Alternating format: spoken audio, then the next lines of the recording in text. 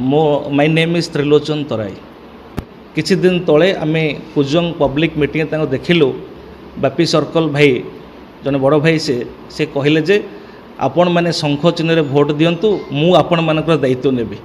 ताहले एठी गोटे जनता साधारण जनता को मन में क्वेश्चन उठुचे जे विधायक प्रार्थी जी होती सी केते दूर कमिटमेंट रखा दरकार। जड़े विधायक प्रार्थी होती आउ जड़े कहते मु से दायित्व नेबी मु बुझेबी सी विजु जनता दल एपर्यंत सामिल होई नाहंती। तेणु ये गोटे प्रश्नवाची उठुचे जे एक्चुअली तांकर विधायक प्रार्थी साधारण जनता को सेवा देबे ना बापी सर्कल भाई साधारण जनता को सेवा देबे। ये गोटे क्वेश्चन मु आपन पाखे रखुचे। देखंतु 147 सीट रे नवीन पटनायक छिड़ा होइचंती।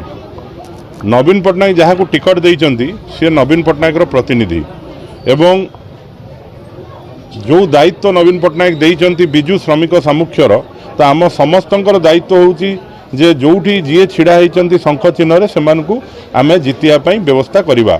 एवं जदि बीजेपी दल कहूची जे मु भोट मागुची एवं भोट कराऊची ताल तो मु भल काम करूची मो दल पई ताल तांकु काई बाधुची। किंतु सेमाने जो सोशल मीडिया रे पवन करथुले जे चारिआडे पद्म मु तो 10 दिन 15 दिन 20 दिन हे गलनी खोजुची पद्म गोटाए भी पाउ नाही एवं सेमाने खाली पवन करी चलीचंती। बिजु जनता दल पारादीप निर्वाचन मंडल 30 रु 40 हजार भोट रे जितिबो एटा मु आपन कहूची।